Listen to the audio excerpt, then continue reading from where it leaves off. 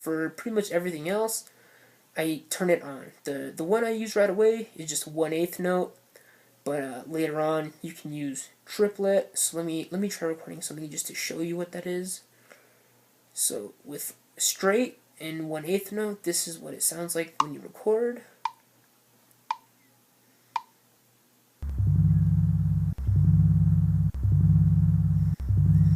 Hopefully that's syncopated.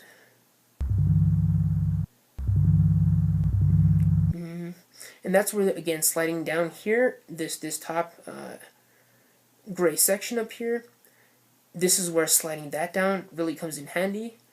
So you just slide that, you tap the pattern twice, and then go to edit, and it'll open it in piano roll, kind of like in FL Studio. So from there, just scroll down to the note patterns, and then rearrange the notes as you want. And also, there's another thing you can do in this piano roll. So press a note and go to velocity. And what that does is it changes the volume of a specific note compared to the others. So like turn up all the way, and you can lower it, make it louder for certain parts. So yeah, so that's what you can do with your recorded patterns. So that was just to show you. And then let me try. And actually, I'll save the other tempos for later. They're not really that important right now. So I'll record the sample that I originally planned on using now.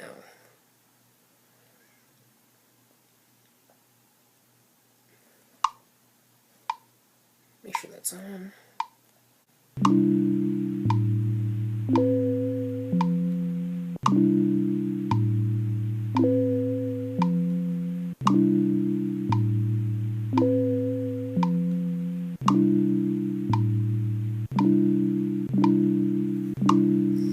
And so I like to try to make the number of bars a little long, so that either in drum patterns or your samples, you can slightly tweak them so that there's more of a change-up sound, and it doesn't just sound really repetitive. But that isn't really necessary. And a trick that saves you a ton of time. So again, when select the pattern once, press it again, then go to loop, and that will loop the entire thing for you, and that just saves a lot of time. And then I'll make sure, and then usually after I record something on the keyboard, I go to edit on the piano roll, and just make sure that one, that it's all the notes are where they should be, which they are already, but then also I trim these notes either to my liking, or usually I trim them so that they're back to back, so that it doesn't sound like there's like a gap in sound. So I'll just turn all of those. There's that. And that. So that'll give it a more even sound.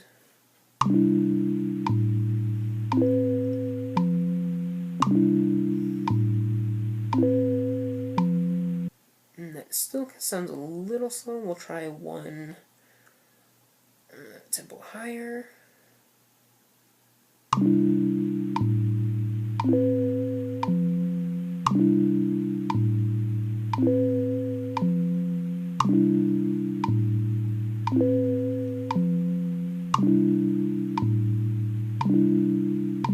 Yeah, so that sounds good.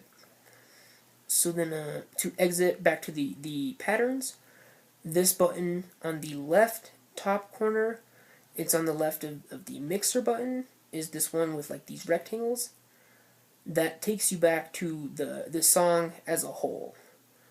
So as you can see, I only have one track here. GarageBand on iOS, I don't think it's the same for iPad, but as far as on iPhone, you have a maximum limit of 30 tracks for a song, which sometimes it can be kind of limiting, but for the most part, it's not really a big deal.